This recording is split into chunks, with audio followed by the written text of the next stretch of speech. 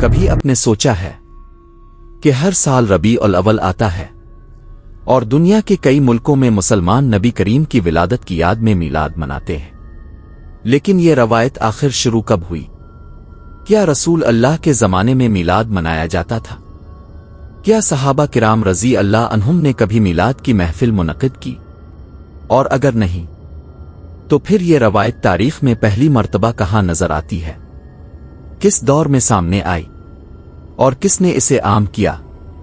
لیکن اس سے بھی زیادہ اہم سوال یہ ہے کہ کیا نبی کریم کی ولادت کے دن کے بارے میں کوئی صحیح حدیث موجود ہے؟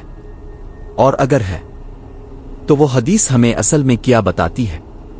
آج ہم جذبات کسی مسلک کی حمایت کے لیے بات نہیں کریں گے، ہم تاریخ کو تاریخ کی طرح دیکھیں گے، حدیث کو حدیث کی طرح اور علماء کے اختلاف کو اختلاف کی طرح، تاکہ آخر میں آپ خود سمجھ سکیں کہ عید میلاد النبی کی اصل تاریخی کہانی کیا ہے، میلاد کا مطلب کیا ہے۔ سب سے پہلے یہ سمجھنا ضروری ہے کہ میلاد کا مطلب کیا ہے۔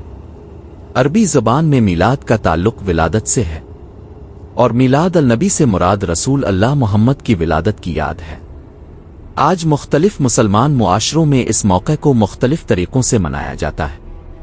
کہیں سیرت کی محفل ہوتی ہے، کہیں قرآن کی تلاوت، کہیں درود و سلام، کہیں نعت خوانی، اور بعض علاقوں میں جلوس اور بڑے عوامی اجتماعات بھی ہوتے ہیں۔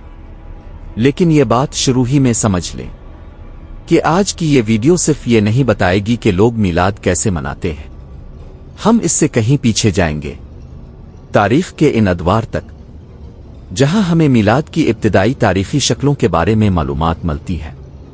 اور یہاں ایک بہت اہم فرق ہے، کسی واقعے کا تاریخی طور پر بعد میں سامنے آنا اور کسی عمل کا نبی سے براہ راست ثابت ہونا ایک ہی بات نہیں ہے۔ اسی فرق کو سمجھے بغیر میلاد کی تاریخ پر گفتگو اکثر الجھن پیدا کر دیتی ہے۔ نبی کی ولادت کے دن کے بارے میں صحیح حدیث۔ اب آتے ہیں سب سے اہم حصے کی طرف۔ صحیح مسلم میں حضرت ابو قتادہ انصاری رضی اللہ عنہ سے روایت ہے کہ رسول اللہ سے پیر کے دن روزہ رکھنے کے بارے میں پوچھا گیا۔ آپ نے فرمایا، فنین والدتا اویفنین آنزنلے اویلیو، یعنی یہ وہ دن ہے جس میں میری ولادت ہوئی اور اسی دن مجھ پر وحی نازل ہوئی۔ یہ روایت صحیح مسلم حدیث 1162 میں موجود ہے۔ صحابہ کرام رضی اللہ عنہم کے زمانے میں کیا ہوا؟ اب ہم اس سوال کی طرف آتے ہیں جس پر میلاد کے بارے میں گفتگو کرتے ہوئے سب سے زیادہ بحث ہوتی ہے۔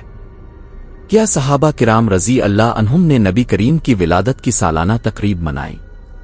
یہاں ہمیں بہت احتیاط سے بات کرنی ہوگی، کیونکہ اگر ہم کسی عمل کو رسول اللہ صحابہ کرام رضی اللہ عنہم کی طرف منسوب کریں تو اس کے لیے مضبوط دلیل ضروری ہے۔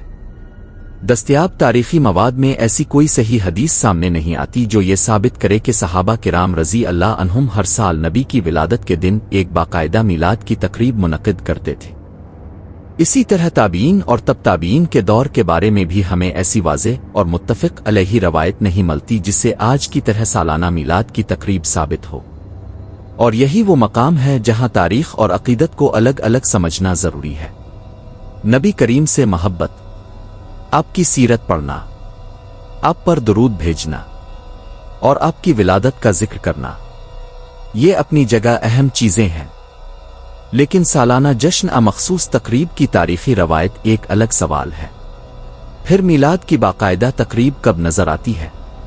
اب ہماری کہانی کئی صدیوں آگے بڑھتی ہے۔ رسول اللہ کی وفات کے بعد کئی صدیاں گزر چکی تھیں، اسلامی دنیا میں مختلف سلطنتیں وجود میں آ چکی تھیں، اور انہی ادوار میں ہمیں تاریخ کی کتابوں میں میلاد کی باقاعدہ تقریبات کے آثار ملنے لگتے ہیں۔ اس سلسلے میں فاطمی مصر کا ذکر بہت اہم ہے۔ آخن میلاد پر تفصیلی تحقیق کرنے والے مورخ نیکو کوپٹائیں کی کتاب میں فاطمی دور کے میلاد کو الگ سے تفصیل کے ساتھ بیان کیا گیا ہے۔ فاطمی حکومت مصر میں قائم تھی، اور یہ ایک اسماعیلی شیعہ سلطنت تھی۔ تاریخی شواہد کے مطابق فاطمی دور میں نبی کریم کی ولادت کی مناسبت سے ایک سرکاری نوعیت کی تقریب موجود تھی، لیکن یہاں بھی ایک اہم بات سمجھنا ضروری ہے۔